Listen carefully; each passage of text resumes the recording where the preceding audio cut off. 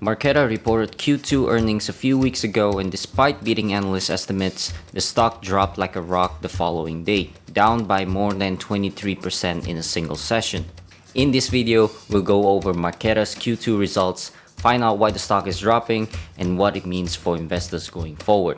My name is Riado, and my goal is to help you find the companies of tomorrow.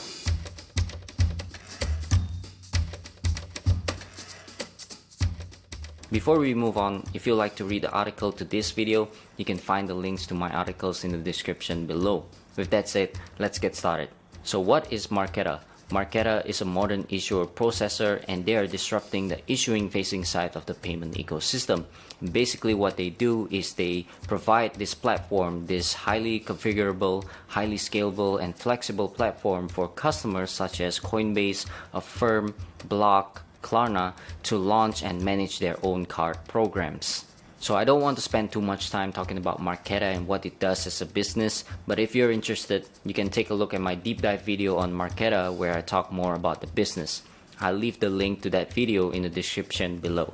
So Marqeta reported a 53% growth to their revenue to $187 million in Q2. That is a 3.7% beat on estimates. So revenue growth was due to higher TPV, which is total processing volume, higher revenue take rate, as well as higher usage of additional service that is not directly tied to TPV. This is services such as card fulfillment, cross-border premiums, as well as dispute handling. So as you can expect, revenue has been slowing down as the company grows over a larger base, as well as tough year-over-year comps where in Q2 last year, there's a 76% growth in revenue. Nonetheless, a 53% growth is still very strong. It shows the strong value proposition of the company, the long growth runway of the fintech industry, as well as the company's strong execution. And here we can see that total processing volume also grew by 53% in Q2 to $40.5 billion.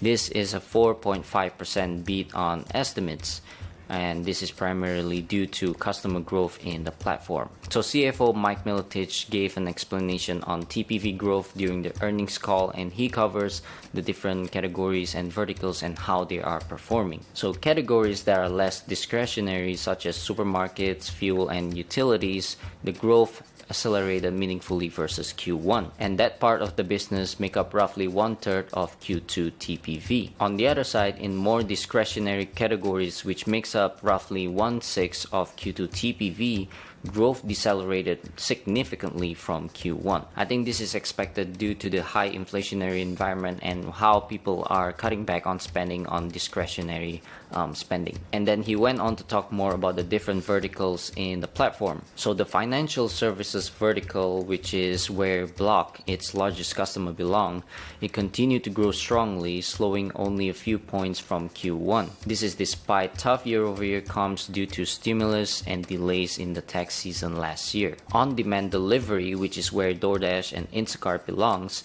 accelerated by almost 10 points, and this is due to increasing consumer demand for supermarkets, for food, and less discretionary categories. And he went on to explain that lending, including buy now pay later, growth fell below 100% for the first time this quarter, and that is because of tough year-over-year comps last year. But actually TPV in buy now pay later exceeded Q4 2021, which is a big quarter for the category, for the vertical, because of the holiday season. Expense management TPV more than tripled year over year, which is incredible, and also there's the rebound in the travel vertical as well. So yes, even though revenue and TPV is slowing down, customers in the platform are still executing and they're still growing given their disruptive nature in the fintech industry. And in Q2, the company also landed a few deals and partnerships. So Marqeta partnered with MasterCard Prepaid Managed Services to be the payment processor for Opal Plus, which is a transit program in Australia. They also announced expansion of its credit platform, which they recently launched, and they introduced 40 plus new APIs into the credit platform. Marqeta also partnered with Western Union Digital Bank in Europe. They also joined MasterCard's program in Asia Pacific, which increases their exposure in that region. And Marqeta expanded its partnership with Klarna to build the Klarna card, which is a card that allows you to use pay over time as an option, as a payment option in pretty much everywhere in the United States. So again, despite the slowdown in growth, the company continues to execute, they continue to land partnerships, they continue to show it in their financials, which is really encouraging to see. Now turning to the profitability of the company, gross profit grew 66%, which is faster than revenue, to $78 million in Q2. That is a 42% margin, which is an improvement from 38% last year. So the year-over-year improvement in gross margins is due to unusually high network fees in Q2 last year, favorable volume mix, as well as usage of additional services such as cart fulfillment. Even without the easy year-over-year comps due to unusually high fees in Q2 last year, gross margin still improved from 40% in Q2 in 2020. So it shows that the company is gaining economies of scale, and as gross margins improve, earnings potential improve as well. It is also worth mentioning that Q2 is usually the quarter with the lowest gross margin due to the timing of network incentive contracts. And that is why you can see that gross margins have been fluctuating quarter over quarter, and you can expect Q3 and Q4 gross margins to improve compared to Q2. So moving on to operating profit or operating loss in Marqeta's case, although the company's operating margins are improving, it's still deep in the red with negative 25% operating margin. The company had a negative $47 million of operating loss. And this is due to the company reinvesting into growth, particularly hiring in the technology department so they can innovate and create more products for its customers. Its high stock-based compensation also contributed to the operating loss, which was 19% as a percentage of revenue. Here, if we adjust non-cash expenses such as stock-based compensation, we can see that adjusted EBITDA has been pretty much flat over the last few quarters. So the company has a negative 10 million adjusted EBITDA, which is a negative 5% adjusted EBITDA margin, and this is still very small compared to their strong balance sheet, which we will talk very soon. So all in all, Marqeta's profitability metrics are trending in the right direction. However, the company is still unprofitable, which is going to be unfavorable from an investor standpoint given today's market environment. However, the company is reinvesting into growth, and I expect that to pay off in the long run. Now turning to the balance sheet of the company, Marqeta has a fortress balance sheet. The company has $1.7 billion of cash and short-term investments with virtually no debt. So the company has, net cash position of $1.7 billion. It has a current ratio of 8 times, which is very healthy in my opinion. And although the company's adjusted EBITDA is still negative, the company is actually making cash. Last 12-month free cash flow was $25 million for the company. So given the company's high net cash position as well as positive cash flow, I think the company will do just fine if there's an economic downturn or a recession or company specific challenges that the company has to go through. And on top of that, there are competitors and fintech firms out there that are still burning cash and still unprofitable.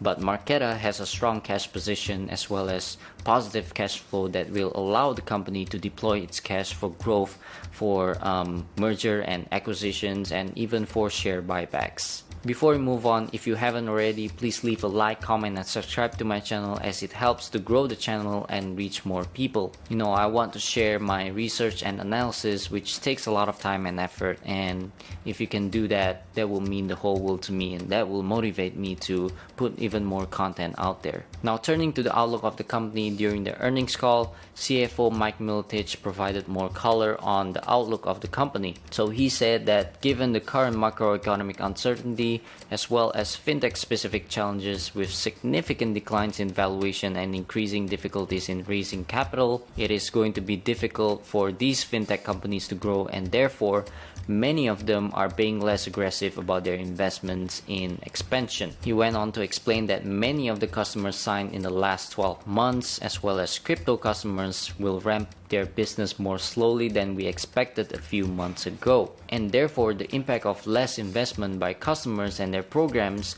it is going to be more significant in Q3 and Q4 versus the first half of this year. So therefore, management expects a slowdown in growth in the back half of the year. Here we can see the guidance given by management. For Q3, the company expects a 37% growth in revenue, a 43 to 44% gross profit margin, and negative 8 to 9% in adjusted EBITDA margin. And for full year 2022, which I included here, net revenue growth is expected to be 39 to 40% year over year. Gross profit margin is expected to be 43 to 44%, which is in line with Q3. And the company expects an adjusted EBITDA margin of negative 7 to 8%. So again, the company is expecting a slowdown in growth, and in this type of environment, a slowdown in growth, is not taken very lightly, and that's why you can see that the stock is going down so crazily, right? But I think management is just being conservative here. The company has a strong track record of beating their own guidance as well as analyst estimates. And as you can see here in Seeking Alpha, throughout its time as a public company, Marqeta has beaten analyst estimates 100% of the time. So I'm expecting the company to continue to outperform expectations moving forward. Now turning to the valuation of the company, despite beating analyst estimates, Marqeta stock sold off by more than 24% the following day. So what happened? As it turns out, Jason Gardner, which is the current CEO and founder of the company, is stepping down as CEO and to become the executive chairman of the company once his replacement is found. And I know this is very unexpected news, but I think the markets are overreacting here. First, this is a transition to another role as opposed to him leaving the company entirely, which is a different story. Secondly, Jason Gardner is still the largest shareholder of the company, so it is in his best interest to drive shareholder returns. And thirdly, Jason Gardner made it very clear that he is still going to be involved in the company. As you can see that he ended by saying, "I'm entirely committed to Marqeta and our overall success forever." But whatever the reasons, I understand why the markets reacted so negatively to this news, because it's not really good to see the founder CEO to step down from his CEO role. With that said, let's just take a look at Marqeta's valuation. In terms of EV to gross profit, Marqeta seems to be trading at an attractive valuation of 8.8 times. Compared to other fintech firms such as Delo, Affirm, PayPal, Square, and Upstart, I think Marqeta is fairly valued at the moment. But if you compare Marqeta's valuation to legacy payment processors and card networks, you can see that Marqeta is valued very attractively. Compared to MasterCard, Visa, Fidelity, Fiserv, Marqeta is valued very attractively. Now, why is that so attractive? Because Marqeta is, growing much faster than all these incumbents right here, which is, Marqeta is growing multiple times than the legacy players. So I think the Marqeta's valuation is very attractive at this moment. Not only that, but Marqeta's cash position is about $1.7 billion, which is about 40% of its market cap. And that is, I think, why financial institutions are taking notice and accumulating Marqeta shares on the way down, as you can see right here. So at the current share price of about $7 to $8, I think the risk to reward is very, very attractive for investors in the long run. Now, turning to the risks of the company, I think the first risk is management changes. As I explained earlier, Jason Gardner, which is the founder CEO, is stepping down as CEO of the company. To make matters worse, CEO Vidya Peters is also leaving the company, and I think a lot of investors are speculating that she did not get that CEO role, and that is why she's leaving the company. On the bright side though, Marqeta has made a few significant hires, including Visa veteran Mike Milotich, which is the current CFO, as well as ex-Twilio Senior Vice President Simon Califf as Chief Product Officer. The second major risk is customer concentration. As you know, Block is the largest customer for Marqeta, which accounts for 69% of its total revenue. Even though it is a decline from 72%, 69% is still very, very high. And Block's contract with Marqeta is expected to expire in 2024, and if that is not extended, you can imagine how it's gonna negatively impact the business. And also, a few days before Marqeta released its Q2 results, the stock flash crashed by 30% plus when Fidelity announced that it will be powering the Cash App card, which they mentioned during their earnings call. Fortunately though, Marqeta's management mentioned that there's no implication for Marqeta. But again, if there's changes in relationship between Block and Marqeta, or Block making a new partnership with another firm, it's gonna be a major blow for Marqeta. And the last risk for me is that Marqeta is facing stiff competition from incumbents such as Fidelity, such as Fiserv, as well as emerging startups such as Adyen and Stripe, which also has their own card issuing programs. Now, what do I think about the stock? While management changes, competition, and Block's concentration are all major concerns, I believe that the company is well positioned to become a dominant player in the rapidly evolving issuing-facing side of the payment ecosystem. I know that founder CEO Jason Gardner is planning to transition out of his CEO role, but he is still entirely committed to the company. Marqeta continues to execute, and the fundamentals of the business continues to get better over time, even though the stock is falling. So I think there's a great buying opportunity for investors today. And full disclosure, I have shares of Marqeta in my portfolio and I am feeling the pain, but after looking at Q2 results and listening to the earnings call, I feel much better and I feel like there's no reason to panic right here. Well, that's it for today's video. If you'd like to watch the in-depth analysis video on Marqeta, you can click the link here. Also, if you'd like to see what other companies that I cover in this channel, you can click in the playlist right here. Thank you for sticking till the very end. If you like this type of content, please leave a like, comment, and subscribe to my channel so you won't miss future videos. Thank you guys, and I'll see you guys on the next one.